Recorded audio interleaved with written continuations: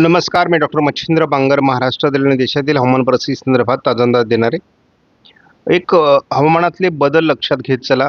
आणि मॉडेलमध्ये उन्हाळ्याच्या अंदाजामध्ये थोडा एरर असतो, त्यामुळे कधी अंदाज चुकतात देखील. आपण या ठिकाणी बघतो महाराष्ट्राच्या दक्षिणेकडून मोठ्या प्रमाणात पावसाचं वातावरण काल दुपारनंतर तयार झालं होतं आणि जवळपास नांदेड, परभणी, बीड दक्षिण, अहिल्यानगर दक्षिण, त्याचबरोबर सोलापूर, लातूर, धाराशिव, काही प्रमाणात पुणे पूर्व, सातारा पूर्व भागात देखील काही ठिकाणी वातावरण तयार झालेलं होतं. मोठ्या प्रमाणात मेघगर्जना आणि हलक्या स्वरूपात पाऊस असा काही ठिकाणी वातावरण तयार झालं, काही ठिकाणी हलकी गारपीट झालेली आहे. दुसरी बाब म्हणजे आपल्याला या भागामध्ये देखील बाष्प वाढताना दिसतंय. म्हणजे अरबी समुद्राच्या दक्षिणेला आणि बंगालच्या उपसागराच्या दक्षिणेला देखील बाष्प वाढते. याचा अर्थ मान्सूनला अनुकूल अशा प्रकारच्या घटना या ठिकाणी घडू लागल्या आहेत. आज 22 तारीख आहे आणि महाराष्ट्रातील उष्णतेची लाट कमी झाली, मात्र पावसाचा अंदाज वाढला आहे. आणि यामध्ये खास करून संपूर्ण महाराष्ट्रात येलो अलर्ट पावसासंदर्भात दिलेला आहे. मात्र जसं आपण उत्तरेकडे जाऊ तसं उष्णतेची लाट दाखवण्यात आली आहे. उत्तरेकडील राज्यांमध्ये, मध्य भारतामध्ये उष्णतेची लाट कायम राहणार आहे. मात्र आज आपल्याला असं दिसतंय 23 तारखेला महाराष्ट्रात पहिल्यांदा मध्य महाराष्ट्र, पश्चिम महाराष्ट्र आणि मराठवाड्यात गारपिटीचा अंदाज देण्यात आला आहे. दक्षिण कोकणातही याचा प्रभाव राहील असा अंदाज आहे. आणि 23 तारखेला दमट वातावरणासंदर्भातील अलर्ट दिलेला आहे. उत्तर भारतातील आणि मध्य भारतातील बहुतांश राज्यांमध्ये उष्णतेची लाट कायम राहणार आहे. 24ला थोडं पावसाचं प्रमाण कमी होऊ शकतं, त्यामुळे थोडं उष्णतेची लाट आणखी प्रभावी होईल विदर्भासहित. महाराष्ट्रामध्ये गारपिटीचा अंदाज 24 तारखेला देखील मध्य महाराष्ट्र, पश्चिम महाराष्ट्र, मराठवाडा, कोकण असं देण्यात आला आहे. 25 तारखेला महाराष्ट्रात गारपिटीचा अंदाज नाही, परंतु किरकोळ पावसाच्या घटना महाराष्ट्राच्या दक्षिणेकडून घडतील असा अंदाज आहे. त्यामुळे जवळपास 25 तारखेपर्यंत दिलेला अंदाज महत्त्वाचा आहे आणि बहुतांश भारतातील राज्यांमध्ये उष्णतेची लाट कायम असणार आहे. मात्र या ठिकाणी निरीक्षण करण्यासारखी महत्त्वाची गोष्ट म्हणजे 26 तारखेला विदर्भाचा अपवाद वगळता भारतातील बहुतांश पावसाच्या घटना आणि उष्णतेची लाट देखील कमी होण्याचा अंदाज देण्यात आला आहे. या छायाचित्रानुसार आपण साधारण पाऊस कुठे झाला याचा अंदाज बांधतो. पूर्व भारतामध्ये जोरदार पाऊस झाल्याच्या घटना या ठिकाणी नोंदण्यात आल्या आहेत. त्याचबरोबर अगदी पश्चिम बंगाल, ओरिसा किंवा इकडे कोस्टल कर्नाटका आणि केरळमध्ये पावसाच्या नोंदी आहेत. थोडं मराठवाड्याच्या दक्षिण भागामध्ये म्हणजे परभणी, लातूर या ठिकाणी पावसाच्या नोंदी दाखवण्यात आल्यात. परंतु काल सोलापूर, लातूर, धाराशिव या भागात देखील पावसाचा अंदाज होता. थोड्या पावसाच्या नोंदी काल ठाणे जिल्ह्यामध्ये देखील झालेल्या आहेत. सध्या आपण जर बघितलं तर समुद्री तापमान जे आहे प्रशांत महासागराचं, याच्या काही नोंदी उपलब्ध झालेल्या आहेत 8 एप्रिलला. तर त्या नोंदीनुसार सध्या अजून माइल्ड किंवा वीक लानिना सध्या आहे. न्यूट्रल कंडिशनकडे स्थिती जाते आहे. अजून एन्सो कंडिशननुसार एल कुठल्याही प्रकारचं उद्भव झालेला नाही आहे हे लक्षात घ्या. परंतु अंदाजाकडे दुर्लक्ष करून चालत नाही.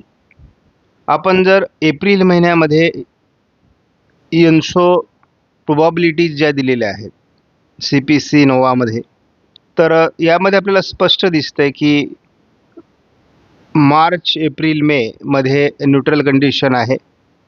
एप्रिल, मे, जूनमध्ये देखील न्यूट्रल कंडिशन आहे. तसं मे, जून, जुलैमध्ये देखील फारसा एल निनोचा प्रभाव असणार नाही. तर तो साधारण 50-60% असण्याची शक्यता आहे. त्यानंतर 80%वर त्याचा प्रभाव जून, जुलै, ऑगस्टमध्ये जाणार आहे. आणि मग जुलै, ऑगस्ट, सप्टेंबर या महिन्यामध्ये हा महत्त्वाचा कालावधी आहे. या ठिकाणी जवळपास तो 85 ते 90च्या दरम्यान पोहोचतोय. आणि मग अगदी याच रेंजमध्ये पुढे तो राहण्याची शक्यता आहे. जे 90% रेंजमध्ये आणि 90% रेंजमध्ये असलेला एल निनो हा स्ट्रॉंग एल निनो मानला जातो. त्यामुळे आणि तसं जर आपण पुढे अगदी नोव्हेंबर, डिसेंबर, जानेवारीपर्यंत बघितलं, तर याचा प्रभाव जो आहे तो जास्त हिवाळ्यावर आहे. मान्सूनवर याचा प्रभाव कमी आहे आणि त्यामुळे फार घाबरून जाण्याची गरज नाही. शिवाय या एल निनोच्या प्रभावाला काउंटर करणारा आयोडी हा घटक देखील आपण बघणार आहोत. सध्या समुद्राचं जे तापमान आहे या संदर्भात 23 मार्चचा जो रिपोर्ट होता त्यानुसार आपल्याला दिसतंय की -0.1 म्हणजे लानिना कंडिशन होती. मात्र 30 मार्चला त्यामध्ये परिवर्तन झालं आणि ते प्लसमध्ये यायला सुरुवात झाली, म्हणजे न्यूट्रल कंडिशनकडे यायला सुरुवात झाली. 6 एप्रिलला आपण जर बघितलं तर 0.3% एवढी वाढ पॅसिफिक महासागराची तापमानामध्ये झाली. परंतु पुन्हा आपण 13 एप्रिलकडे गेलो म्हणजे पुढच्या आठवड्यामध्ये, तर ती पुन्हा 1% कमी झालेली आहे, 0.2% मध्ये आली. त्यामुळे अशा प्रकारचं घटना घडत असतात. त्यामुळे आपल्याला तशी घाबरण्याची गरज नाही. परंतु निनो 3.4 जर आपण बघितला तर संपूर्णपणे या तारखांमध्ये आपल्याला 13 तारखेपर्यंत -0.3% अजूनही कंडिशन आहे. म्हणजे आपण माइल्ड लानिना किंवा कमजोर लानिना सध्या अजून अस्तित्वात आहे. तर फार घाबरण्यासारखी परिस्थिती अजून नाही आहे. सध्या आयोडी हा न्यूट्रलकडून पॉझिटिव्हकडे सरकणार आहे. परंतु एक लक्षात घ्या, आयोडी हा निगेटिव्ह असता कामा नये. तो जर न्यूट्रल असेल तरी देखील आपण गेल्या वर्षी बघितलं दोन्ही घटक निगेटिव्ह होते. दोन्ही घटक हे न्यूट्रल होते. म्हणजे एन्सो कंडिशन लानिना एल निनोची कंडिशन न्यूट्रल होती, आयोडीची कंडिशन न्यूट्रल होती. तरी देखील महाराष्ट्रामध्ये 100 ते 150% पाऊस झालेला आहे. म्हणजे एवढं मोठ्या प्रमाणात पाऊस होता न्यूट्रल कंडिशनमध्ये. आता मात्र आपण स्थिती वेगळी आहे. आपल्याला पॉझिटिव्ह आयोडी मिळणार आहे आणि शिवाय मान्सूनच्या सुरुवातीच्या महिन्यांमध्ये आपल्याला न्यूट्रल कंडिशनमध्ये असलेला एल निनो बघायला मिळणार आहे. त्यामुळे सगळ्या परिस्थितीचा अंदाज हा भारतीय हवामानासाठी चांगला आहे. मात्र शेवटचे महिने जे काही सप्टेंबर, ऑक्टोबरमध्ये कमी पावसाचे अंदाज दिले जात आहेत, या ठिकाणी आयोडीची आपल्याला मदत होणार आहे आणि त्यामुळे फक्त खंडांचं प्रमाण, पावसाच्या खंडाचं प्रमाण ऑगस्ट, सप्टेंबरमध्ये वाढेल.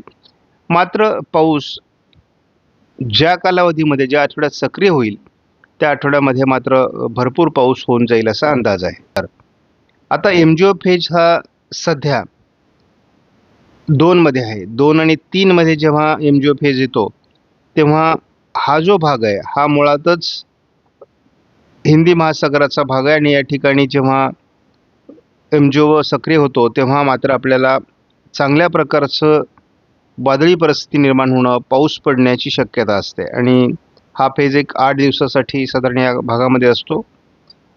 जसा हिंदी महासागरात तो सक्रिय असतो तसा बंगालच्या उपसागरातही सक्रिय होतो आणि मग या ठिकाणी वेगवेगळ्या वादळी सिस्टम निर्माण होऊन किंवा या ठिकाणून बाष्प भूभागावर येऊन आपल्याला पावसाचं प्रमाण वाढतं आणि साधारण 16 एप्रिल ते 30 एप्रिलपर्यंतचा हा अंदाज आहे. आपण GFS मॉडेलचा झटपट अंदाज बघूयात. आज उद्या काही फारसं पावसाळी वातावरण महाराष्ट्रात नाही आहे. 25 तारखेपर्यंत 26, 27 पण फारसं वातावरण नाही आहे. 28, 29, 30 तसं फारसं पुढे महाराष्ट्रात पावसाळी वातावरण GFSने आता दाखवत नाही आहे. आपण उष्णतेच्या लाटेसंदर्भातला झटपट अंदाज बघूयात. विदर्भात सध्या उष्णतेची लाट 42°C पर्यंत आहे. ही थोडी उद्या देखील असण्याची शक्यता आहे. मराठवाडा 24 तारखेलाही मराठवाडा विदर्भात उष्णतेची लाट असेल. 25लाही असणार आहे, 26लाही असणार आहे. 1 मेला उष्णतेचा प्रभाव हा 45°C पुढे सरकण्याची शक्यता आहे. त्या पावसाचा अंदाज आज 22 आणि 23च्या दरम्यान केवळ दक्षिण अहिल्यानगर, पुणे, बीड, नांदेड, लातूर, धाराशिव, सोलापूर, सांगली, कोल्हापूर आणि सातारा या जिल्ह्यात दाखवण्यात आला आहे. 23लाही फारसा वातावरणात बदल नाही. हा आयकॉन मॉडेलचा अंदाज आहे. 24ला हे वातावरण थोडं नाशिकसह छत्रपती संभाजीनगर, जालना, अहिल्यानगर, पुणे, सातारा असं असणार आहे. परंतु या वातावरणाचा जोर हा सोलापूर, सांगली आणि कोल्हापूर, थोडं साताऱ्याच्या काही भागातच राहणार आहे. 25 तारखेला देखील याच जिल्ह्यांमध्ये पावसाचा प्रभाव आहे आणि तोही कमी स्वरूपामध्ये आहे. 26 तारखेला तसं या मॉडेलने विरळ पाऊस दाखवलेला आहे. परंतु सध्या एक असं दिसतंय की आयकॉन मॉडेलच्या काही अंशाने पश्चिम महाराष्ट्र, मध्य महाराष्ट्राच्या काही जिल्ह्यांसाठी अंदाज महत्त्वाचा आहे. सध्या लाईव्ह स्वरूपात आपण जर बघितलं तर रत्नागिरी, थोडं कोल्हापूर, सिंधुदुर्ग आणि थोडं सांगलीच्या भागामध्ये सकाळीच पावसाचं अनुकूल वातावरण दाखवण्यात येऊ लागलं आहे. त्यामुळे ज्या भागामध्ये आपण म्हणजे सोलापूर, दक्षिण बीड, लातूर, धाराशिव, सातारा या भागात वातावरण दाखवतोय ते सकाळपासूनच विकसित होण्याची शक्यता आहे. काल देखील ठाणे जिल्ह्यामध्ये, रायगड जिल्ह्यामध्ये पावसाचं अनुकूल वातावरण सकाळीच तयार झालेलं होतं. साधारण आज देखील आपल्याला थोडं कोल्हापूर, सोलापूर, सातारा या भागातच किंवा सोलापूर, लातूर, धाराशिव भागातच पावसाचं अनुकूल वातावरण दाखवलं जाते. जूनपर्यंत जवळपास पावसाचे अंदाज हे अनिश्चित असतात. आयकॉन मॉडेलने देखील आपल्याला केवळ कोल्हापूर, सातारा, सिंधुदुर्ग, रत्नागिरी, सोलापूर, लातूर याच भागामध्ये थोडं आज वातावरण अगदी अहिल्यानगर, बीडपर्यंत, नांदेड, परभणीपर्यंत दाखवलेलं आहे. साधारण उद्या पण याच भागात थोडं वातावरण राहणार आहे. परंतु वातावरणात फार जोर नाही. 23 तारखेला मात्र आपण बघतो की लातूर, सोलापूर आणि थोडं तेलंगणा, उत्तर कर्नाटकामध्ये याचा प्रभाव आहे. महाराष्ट्रात या वातावरणाचा फार प्रभाव पडत नाही आहे. किरकोळ काही घटना घडत आहेत. 24 तारखेला देखील हे वातावरण याच भागामध्ये आहे आणि सगळेच मॉडेल अगदी दीर्घावधीपर्यंत केवळ काही ठराविक जिल्ह्यांमध्येच पावसाचा अंदाज देत आहेत. 24-25ला सुद्धा. म्हणजे यामध्ये थोडं नाशिकचा पूर्व भाग आहे, छत्रपती संभाजीनगर आहे, जालना, बीड, परभणी, नांदेड, लातूर, धाराशिव, सोलापूर, अहिल्यानगर, पुणे आणि सातारा, थोड्याफार प्रमाणात रत्नागिरी, सिंधुदुर्ग, कोल्हापूरचाही भाग आहे, सांगलीचा भाग आहे. पण याच भागात पुन्हा पुन्हा वातावरण तयार होईल. उत्तर महाराष्ट्रातील नंदुरबार, धुळे, जळगावमध्ये सध्या कोणतंही मॉडेल फार वातावरण दाखवत नाही, हेही लक्षात घ्या. आणि विदर्भातही फारसं पावसाळी वातावरण दाखवलं जात नाही. विदर्भामध्ये तर उष्णतेची लाट तीव्र राहण्याची शक्यता आहे. त्यामुळे या बाबींकडे लक्ष द्या. विशेष पावसाची भीती बाळगू नका.